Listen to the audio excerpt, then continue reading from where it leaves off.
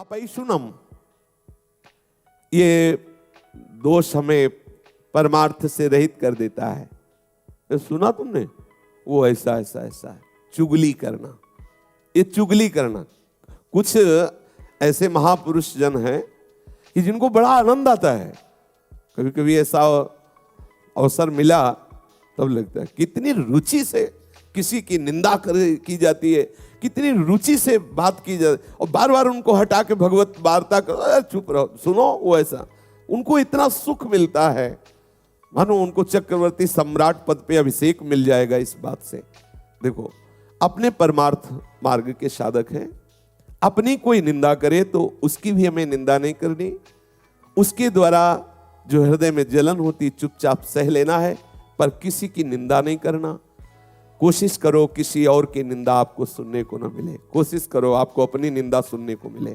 कोई निंदा कर रहा है तो आप कान को कहो सुनो, क्योंकि अब जलेगा हृदय ना, और जब हृदय जलेगा तो फिर सही हो जाएगा। अगर अपनी निंदा हो रही तो कान में अंगुली मत डालना, जरूर सुनना। लेकिन जब किसी की निंदा होने लगे तो कान में अंगुली डाल लेना। जब अपनी प्रशंसा होने लगे तो कान में अंगुली डाल लेना। जब दूसरे की प्रशंसा हो रही तो अंगुली हटा लेना। तो अंदर तुम्हें पता चलेगा कि क्या है तुम्हारी स्थिति। दूसरे की प्रशंसा सुनकर आनंदित होना, ये हमारे साधुता के मार्ग में लाभदायक है।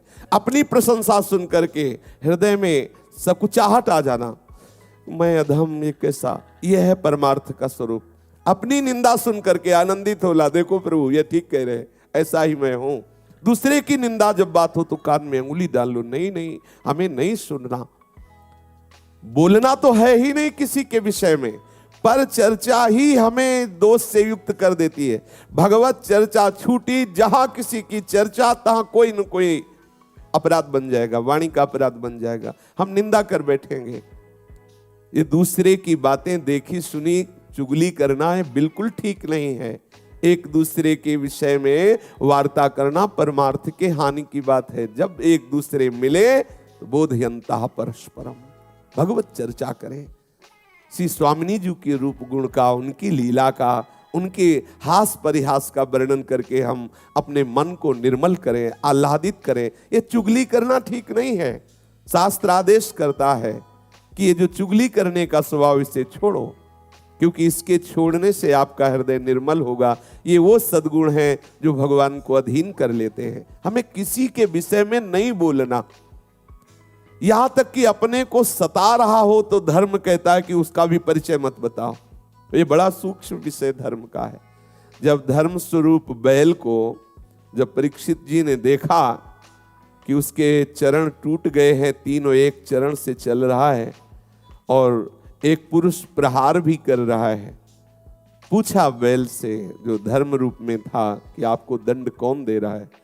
तो बोले इसका ठीक निर्णय नहीं किया जा सकता कि कौन दंड दे रहा है। जैसे जैसे वार्ता हुई परीक्षित जी समझ गए ये धर्म है, क्योंकि ये धर्म कहता है कि अपने को भी जो सता रहा है उसका भी परिचय न बताए, क्योंकि वो कोई न कोई मेरा कर्म ही है जो उसको प्रेरित करके आया है और मुझे दुख दे रहा है। वो बेचारा तो निमित्त मात्र है, वो थोड़ी हमें दुख दे रहा है। कोई न कोई कर्म, को न काहू के दुख सुख कर दाता, निज कृत कर्म भोग सुन भाता। अगर कोई हमें आकर के पीट रहा है तो सच्ची मानिए हमारा कर्म ही कोई उसके ऊपर बैठ गया और वो आकर हमें पिटवा रहा है, हम उसका भी विरोध नहीं करते। यही तो साधुता है। इन्हीं सद्गुणों से तो प्रभु रीझ जाते, प्रभु प्रसन्न हो जाते हैं। हमें ये बात धारण करनी हृदय में।